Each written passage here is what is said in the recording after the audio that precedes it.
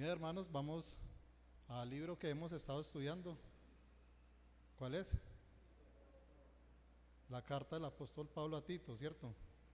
Así le conocemos y bueno, pues repetimos varias cosas, pero sabemos que fue escrita por el apóstol Pablo a un fiel siervo de Dios que servía en la obra del Señor, Tito, ¿cierto? Y tenía una misión allí grande en Creta, que era corregir lo deficiente, ¿cierto? Establecer ancianos y corregir la falsa doctrina, la falsa enseñanza que se está dando allí, y corregir también las conductas culturales de estos hermanos en Creta, de esas personas que pertenecían a las iglesias en Creta. Y quiero específicamente, los hermanos ya avanzaron. El hermano Faber creo que avanzó hasta el 8, el 7, no recuerdo. Y el hermano César ha profundizado, profundizó el 1 y el 2, y el hermano James profundizó el versículo 3 y 4. Y yo me voy a volver en la lectura un poco. Devolvámonos al capítulo 2 e iniciemos desde el versículo 11. Pero les voy a pedir un favor ahí, en la lectura que vamos a hacer. Los que quieran hacerlo, ¿cierto? Es que voy a decirle que subrayen unas palabras en su Biblia, o que las escriban, las apunten. Y es bueno que entendamos estas palabras, porque estas palabras nos hablan claramente o nos dan los fundamentos de la obra de Cristo en nosotros. Entonces sería bueno que las fuéramos subrayando y que las pudiéramos estudiar en casa. No vamos a mirarlas todas, solamente de estas palabras voy a hablar de una. Bueno, voy a hablar de dos, pero específicamente de las que voy a decir que subrayen, voy a hablar de una. Bueno, porque la gracia, y subrayemos esa palabra gracia, y creo que no es necesario volverlo a hacer porque el hermano César nos profundizó de esto, de la gracia de Dios que se ha manifestado. Porque la gracia de Dios se ha manifestado para salvación. Subrayemos la palabra salvación, o tengámosla presente o escribámosla. A todos los hombres, enseñándonos que renunciando a la impiedad y a los deseos mundanos, vivamos en este siglo sobria, justa y piadosamente, aguardando la esperanza bienaventurada y la manifestación gloriosa de nuestro gran Dios y Salvador Jesucristo, quien se dio a sí mismo por nosotros para redimirnos de toda iniquidad y purificar para sí un pueblo propio, celoso de buenas obras. Y en el 14 podemos subrayar redimirnos o redimir. Tengámoslo en mente, redimirnos. Versículo 15, esto habla y exhorta y reprende con toda autoridad, nadie te menosprecie.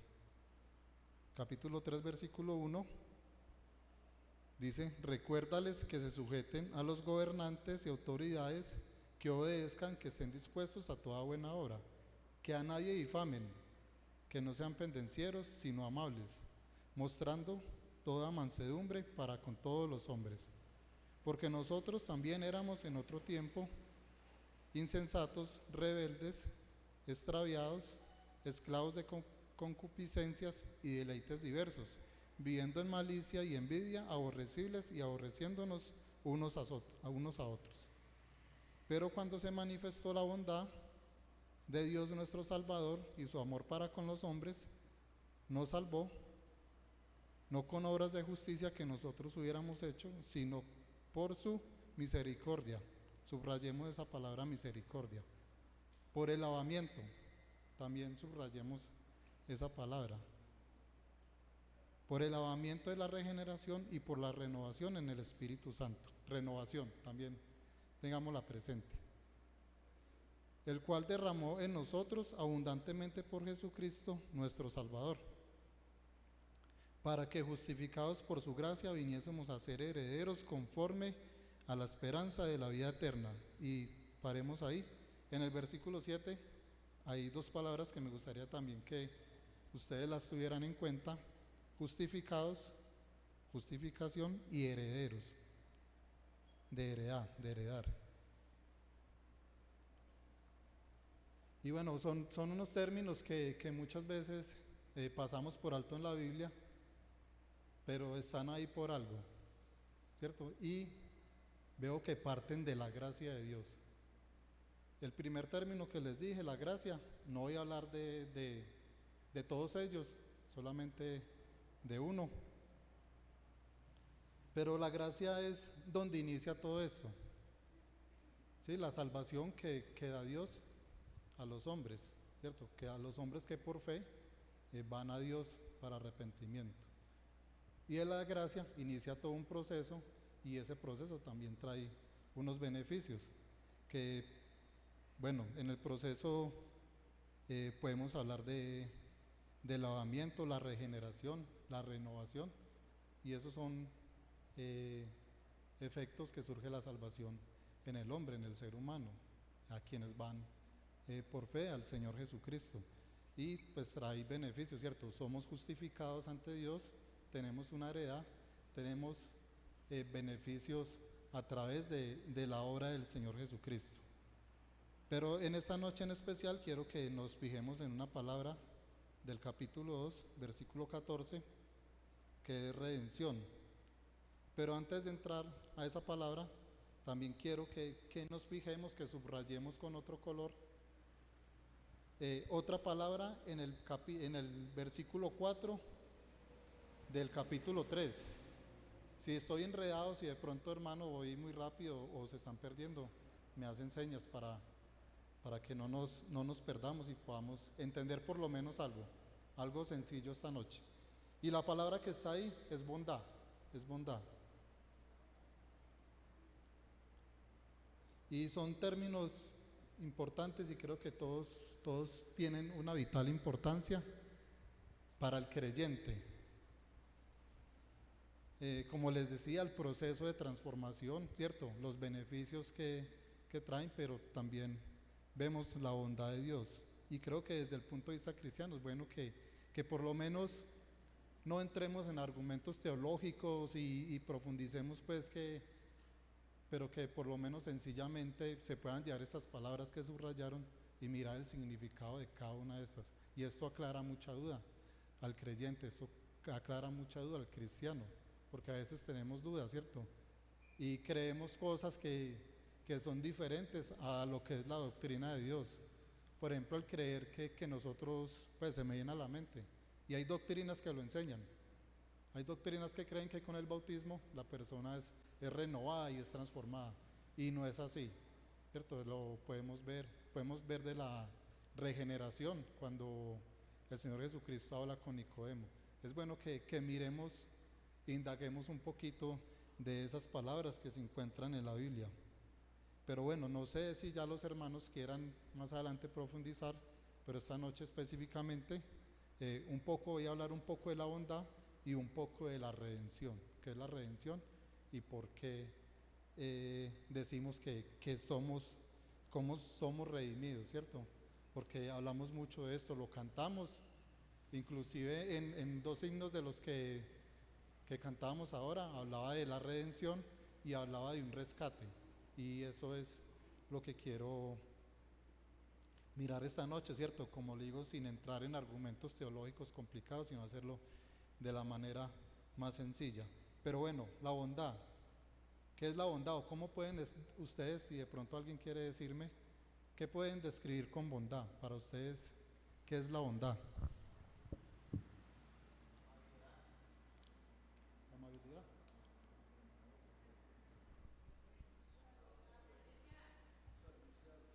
Servicial, ¿sí? Algo bueno. La palabra más simple, aunque lo que ustedes dijeron es cierto, son efectos de la bondad.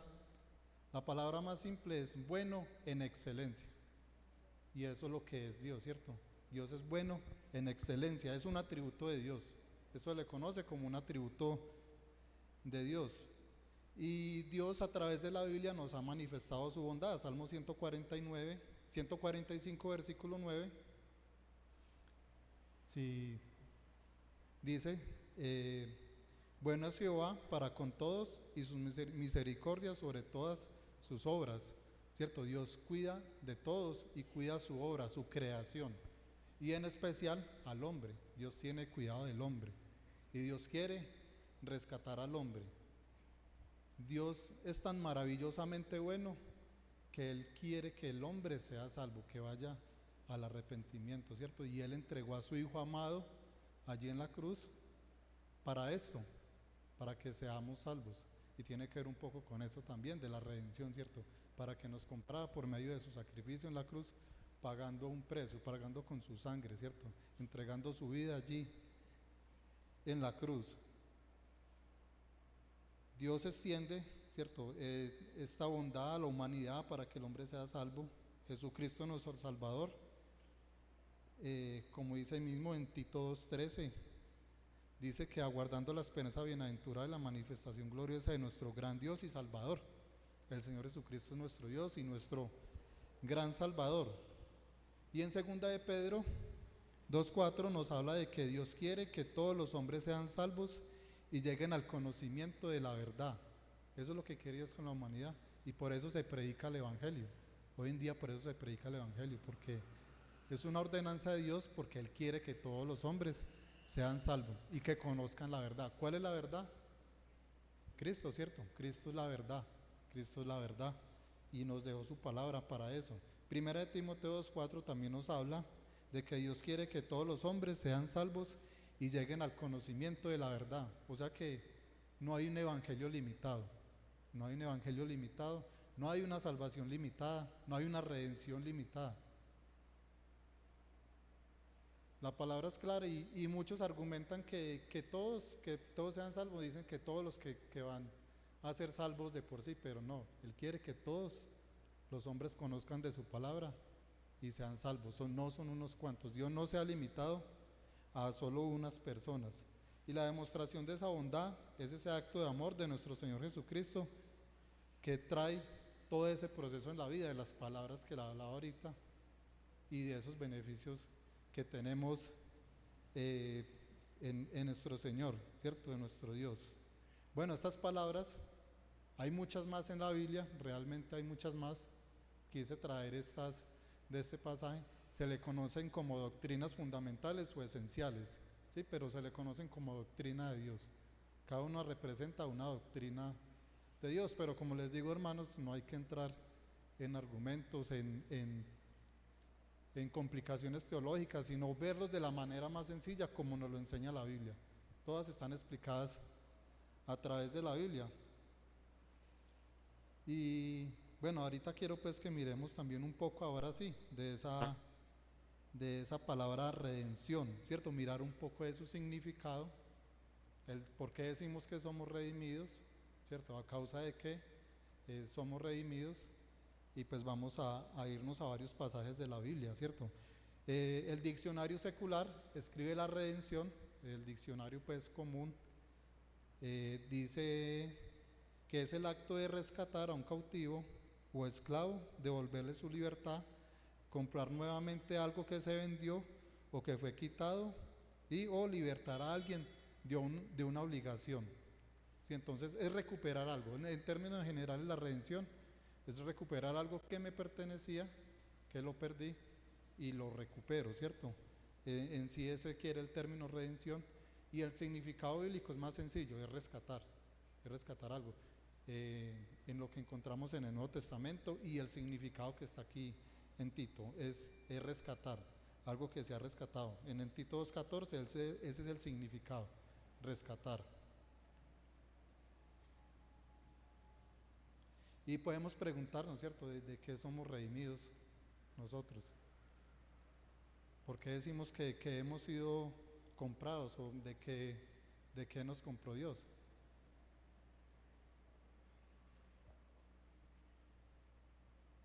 Porque Dios nos compró a un precio muy alto, ¿cierto?, por la sangre del Señor Jesucristo. Pero a veces podemos preguntarnos eso, y por eso digo que cuando miramos un poco esas palabras podemos aclarar algunas dudas.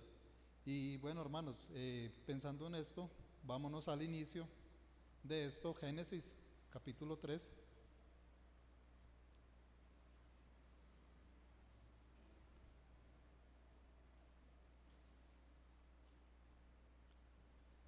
Vamos a leer del 1 al 7, y ahí podemos encontrar algunas cosas de la actitud del hombre en este momento. Dice versículo 1, pero la serpiente era astuta más que todos los animales del campo que Jehová Dios había hecho, la cual dijo a la mujer, ¿con que Dios os ha dicho que no comáis de todo el árbol del huerto? Y la mujer respondió a la serpiente, del fruto de los árboles del huerto podemos comer, pero del fruto del árbol que está en medio del huerto, dijo Dios, no comeréis de él, ni le tocaréis para que no muráis.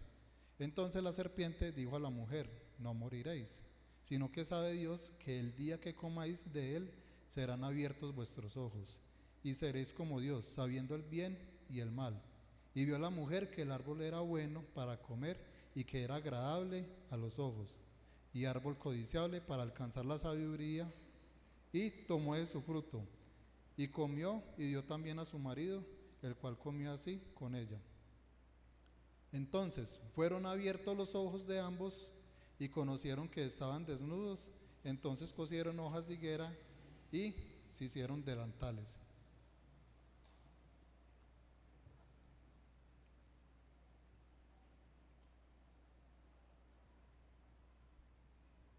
Bueno, ¿qué vemos ahí? ¿Qué pasó con el hombre? Desobedeció la voz de Dios, ¿cierto? Y algo nos enseñaba el hermano Faber en cuanto a en cuanto al hombre en el Edén, ¿cierto? Lo que Dios le otorgó. Y el hombre desobedeció la voz de Dios y comió del fruto que estaba en medio del huerto, que Dios le había dicho que no lo hiciera.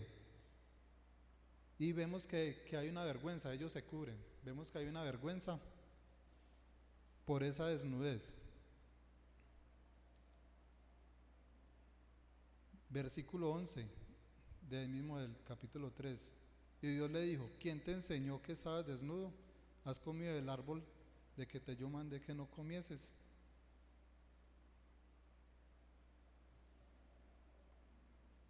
Hay una vergüenza del hombre, él se esconde y se cubre, ¿cierto? Y veo que más que por estar desnudo, por cubrirse por su desnudez, es porque él había descubierto su pecado. Cuando come del árbol del huerto, él descubre y sabe que pecó contra Dios. Y busca hojas y se cubre, ¿cierto? Para ocultar su pecado, pero Dios ya lo sabía. Pero él sintió temor, sintió vergüenza, porque realmente cuando nosotros vemos cómo andábamos antes, o cuando se comete un pecado y es descubierto, sentimos vergüenza, ¿cierto? Es natural en nosotros sentir vergüenza. Y sentir temor también de Dios, porque si conocemos lo que Dios nos dice y cometemos un pecado, sentimos temor, ¿cierto? De qué puede suceder de ese pecado que he cometido. Y hay una culpa en el hombre, ¿cierto? Y le dice a Dios que tuve miedo. El hombre le dice, tuve miedo porque estaba desnudo. Y aquí se demuestra, o el hombre reconoce su rebelión e impureza espiritual que había adquirido en ese momento, que había quedado completamente descubierta ante Dios.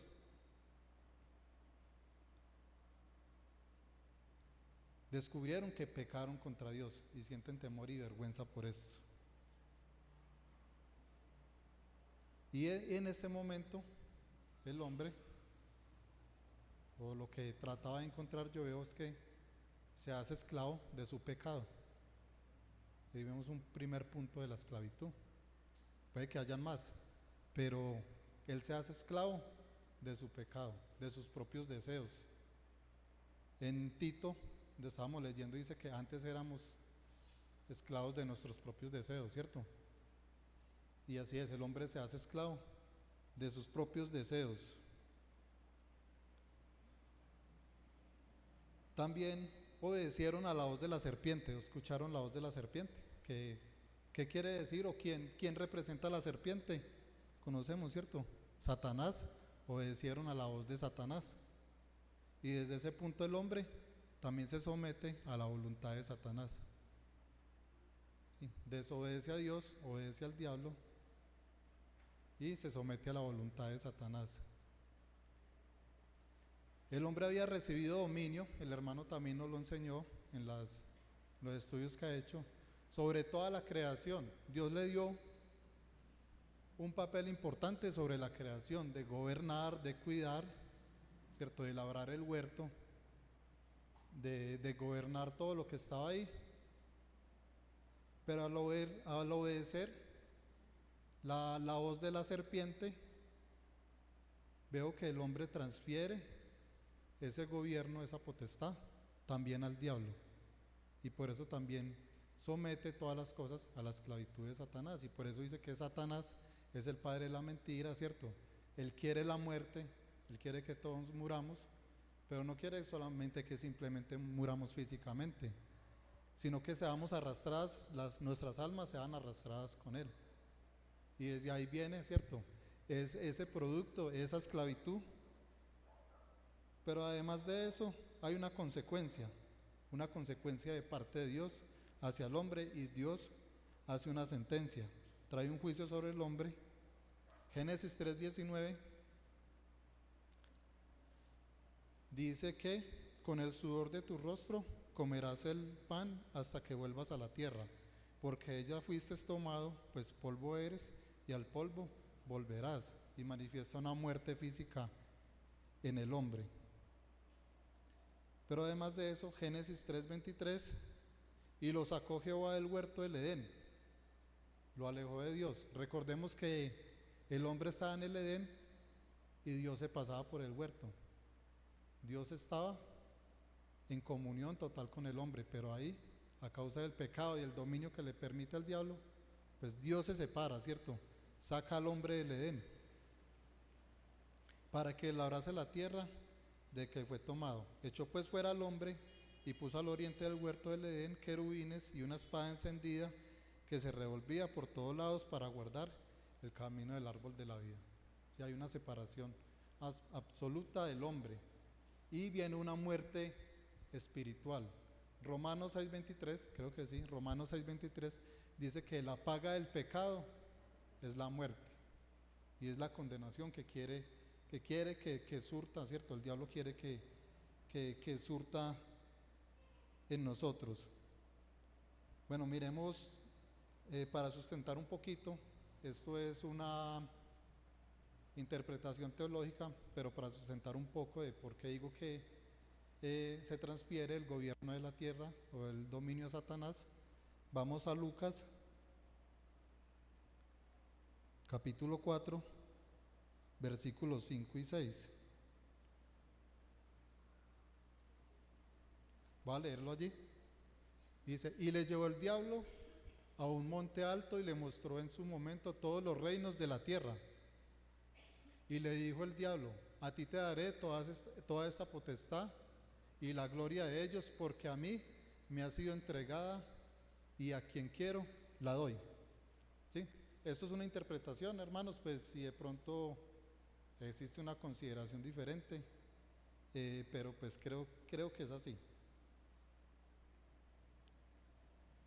Bueno, el pecado entonces genera una barrera entre Dios y el hombre, y porque ya el hombre, ¿cierto?, pierde esa santidad, y pues Dios es santo y Dios no puede habitar con el pecado, y tiene que haber una separación de esto. Pero Dios comienza a manifestar esa bondad, esa gracia y esa redención desde el inicio. Vemos que el hombre estaba cubierto con pieles de animales, con hojas, pero Dios usa un animal, ¿cierto? Entonces ahí debe haber un sacrificio y alguien tiene que pagar por ese pecado, porque la paga del pecado es muerte, ¿cierto?, del hombre, y lo cubre con pieles de animales, la representación de que Dios, ¿cierto?, puede perdonar el pecado. Pero de ahí inicia, ¿cierto?, Dios en su bondad declara también una profecía, Génesis 3:15, y le dice Dios al hombre: y pondré enemistad entre ti y la mujer, entre tu simiente y la simiente suya, esa te herirá en la cabeza y tú le herirás en el calcañar. Y aquí vemos, ¿cómo se dice?, una profecía del Señor Jesucristo, ¿cierto?, una figura del Señor Jesucristo. Habla de la simiente, habla de Dios, ¿cierto? Eh, Llegando de cierta manera de un descendiente humano, pero siendo Dios, de nuestro Señor Jesucristo, quien iba a ser herido por la serpiente en el calcañar, en el talón, pero que es una herida provisional, una herida transitoria. El Señor fue entregado, ¿cierto?, a los hombres para ser castigado. Él muere en la cruz, pero al tercer día resucita y vence el pecado, vence la muerte. Entonces vemos ahí que es una herida transitoria. Pero el Señor Jesucristo golpea a la serpiente en la cabeza y vence totalmente sobre la muerte con su resurrección. Y esto permite de que los hombres puedan llegar ante Dios, ¿cierto? Ante Dios directamente, por medio del Señor Jesucristo, pero que podamos llegar ante Dios, podamos acercarnos a Dios por su gracia y podamos tener nuevamente esa comunión con Dios como la tenemos hoy en día. Pero esto ha sido gracias a la obra del Señor Jesucristo, y Dios ha manifestado esto desde el principio, su gracia hacia la humanidad y su interés por redimirle, el querer redimirle, ¿cierto?, en su bondad. Bueno, y comenzamos a ver figuras a través del Antiguo Testamento, cuando una persona empobrecida vendía sus propiedades, pero esta propiedad podía ser redimida por un pariente, por el trabajo de esta misma persona, o había un año que se llamaba el año del jubileo. Creo que era cada 49 años más un año, o sea, cada 50 años era el año del jubileo, donde esas posesiones, bueno, volvían a las mismas personas. O si la persona empobrecía también y no tenía cómo subsistir, también se podía vender ella misma como esclavo y podía hacer lo mismo, ¿cierto? Redimirse, o algún pariente podía pagar por él, o podía él mismo trabajar por su redención, o era libre en el año del jubileo. Pues si quieren verlo más detalladamente pueden leer Levítico 25 y ahí está, ¿cierto? No, está muy claro, está muy bien explicado y está muy bien escrito. La palabra del Señor nos habla muy claro de esto, y en el libro de Ruth también podemos ver esa figura de la redención, de Cristo como redentor. Bueno, y en el cumplimiento, porque eso son figuras proféticas, Dios envía a su Hijo en su bondad, ¿cierto? Y vemos una declaración del mismo Señor Jesucristo cuando dice, Lucas 19:10, dice que el Hijo del Hombre vino a buscar lo que se había perdido, o sea, lo que estaba separado de Dios, desde ese mismo momento que vimos allá atrás en el Génesis. Está en Lucas 19:10.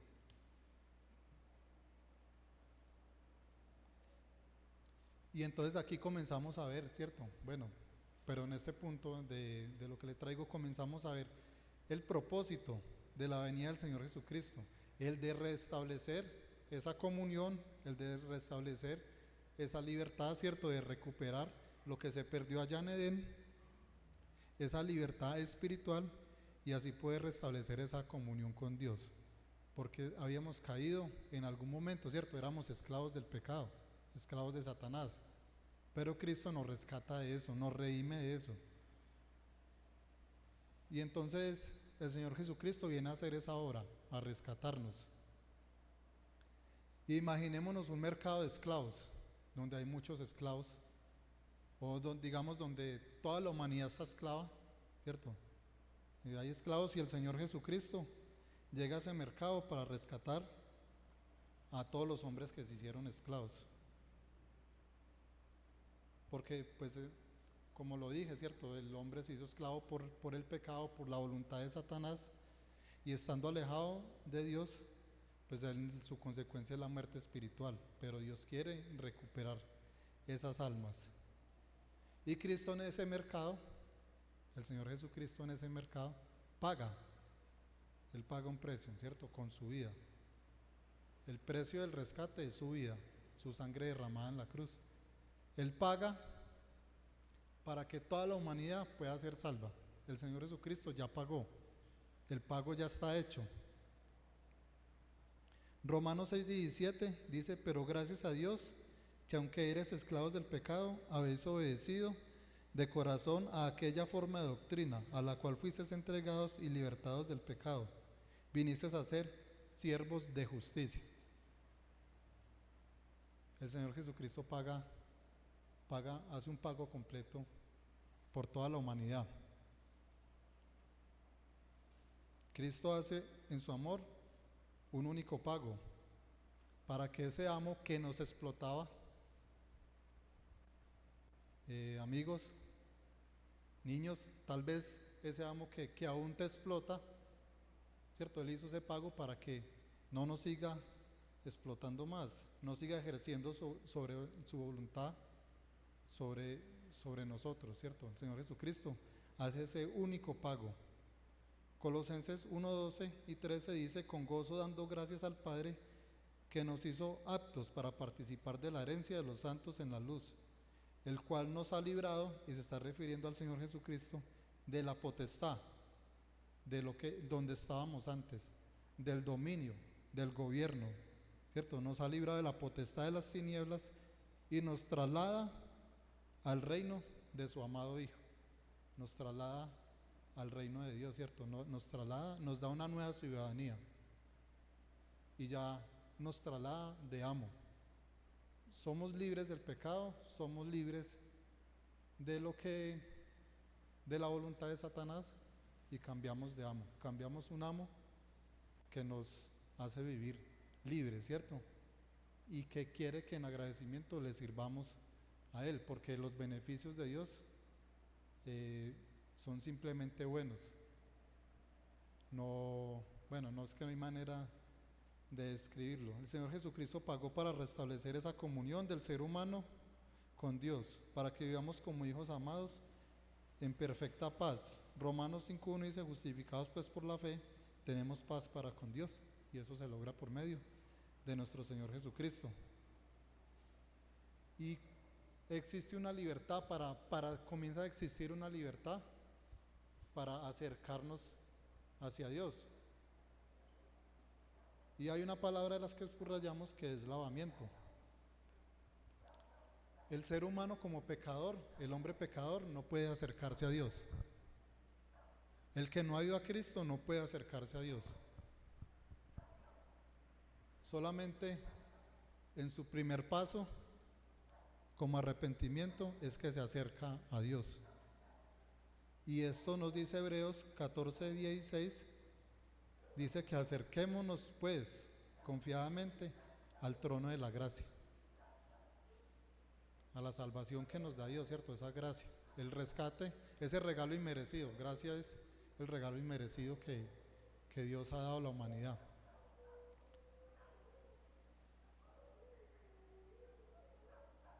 Al trono de la gracia para alcanzar misericordia y hallar gracia para el oportuno socorro. Jesús es el sumo sacerdote que abrió ese camino hacia el trono de la gracia.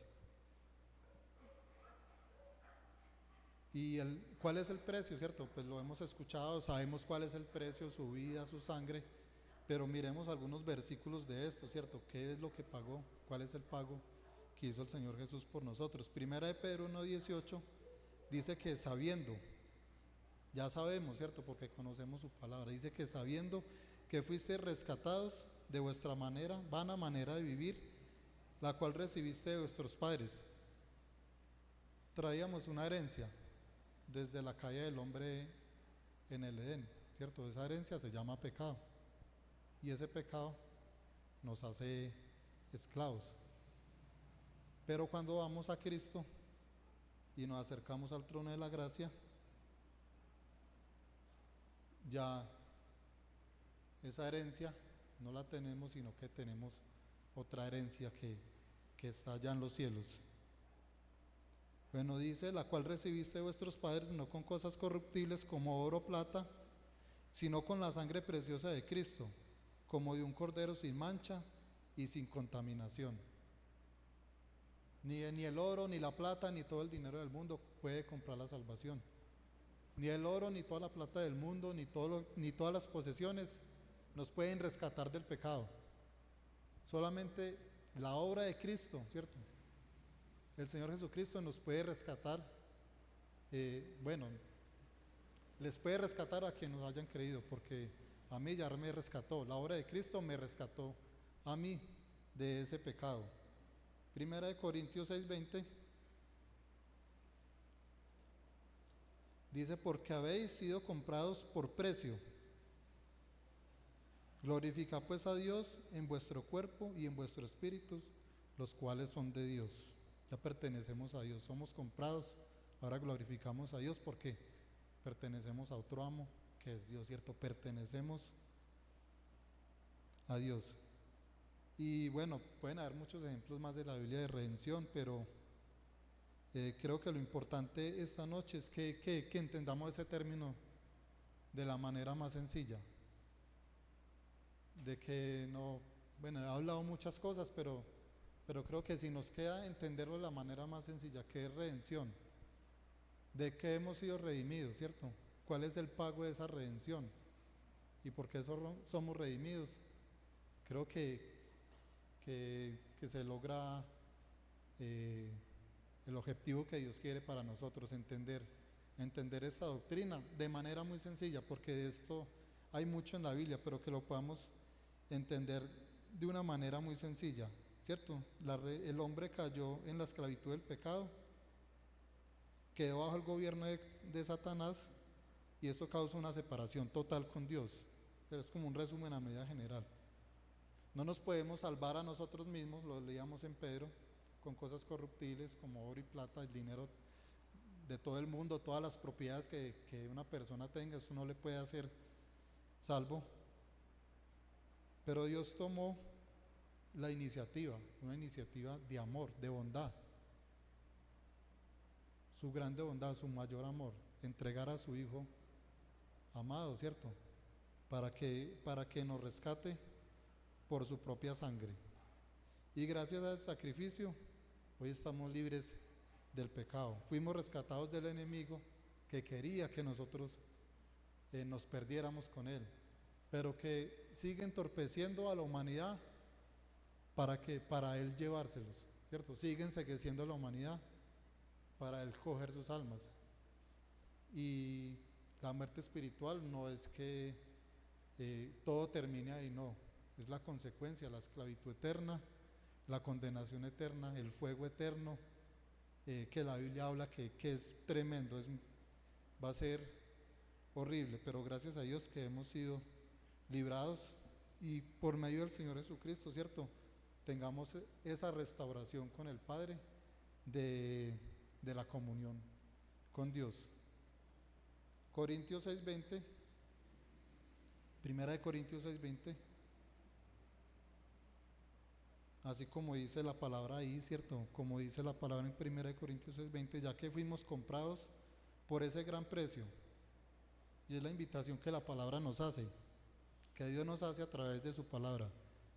Vivamos a partir de hoy para glorificar a Dios con todo nuestro ser. ¿Sí? Vivamos para glorificar a Dios con todo nuestro ser. Dios pagó por toda la humanidad.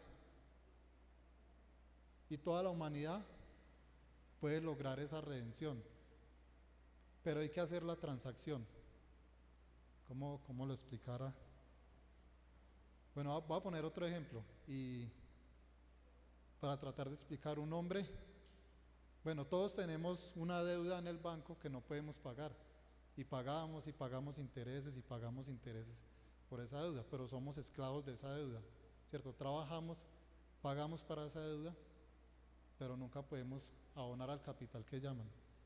Un hombre muy bondadoso con mucho dinero pone todo el dinero para que todos podamos quedar libres de esa deuda. Él puso el dinero en el banco, pero legalmente seguimos debiéndole al banco. ¿Por qué tenemos que ir a ese banco y hacer la transacción?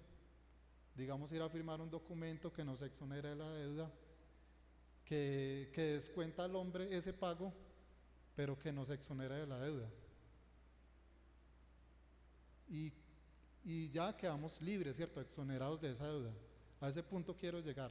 El Señor Jesucristo pagó por toda la humanidad para que toda la humanidad quede redimida, pero hay que ir a hacer esa transacción, no al banco, ¿cierto? Sino directamente con Dios. ir al Señor Jesucristo y reconocer su obra. Y ahí cuando vamos de corazón, sinceramente, se cumple esa transacción. Dice que somos sellados con el Espíritu Santo de la promesa cuando creísteis. Esa es como la idea más general, que de pronto podamos entender, hermanos. Si de pronto les embolaté por ir en pasaje a pasaje, de pronto, pues bueno, me pueden preguntar. Y pues espero pues que de pronto les haya quedado claro. Si hay alguna duda con respecto al tema, me pueden preguntar. Si no sé la respuesta, la estudiaré. Y si no, pues también vamos a un hermano de más conocimiento. Gracias por estar atentos y oramos para terminar el estudio. Padre Dios, eterno Dios, gracias por tu palabra. Gracias por nuestro Señor Jesucristo, por su obra en la cruz, que nos ha rescatado de esa vana manera de vivir y que nos hace partícipes de la gloria. Ruego por la humanidad, Dios, por nuestros familiares, amigos, vecinos, que no han querido ir a Cristo para poder ser redimidos. Padre, ruego para que el Evangelio haga más efecto, Dios, y puedan haber más salvos. Así, Dios, también quiero pedir por cada hermano presente, amigo, que al salir de este lugar seas tú cuidándoles. Padre, lo más importante es que sea tú guiándonos siempre, oh Dios, y que podamos ser servidores tuyos, Padre, haciéndolo con amor y en agradecimiento a lo que tú nos das. Así, Dios, que muchas gracias, y en el nombre de aquel que es poderoso y que hace que sea posible dirigirnos a ti, nos quedamos en el Señor Jesucristo. Amén.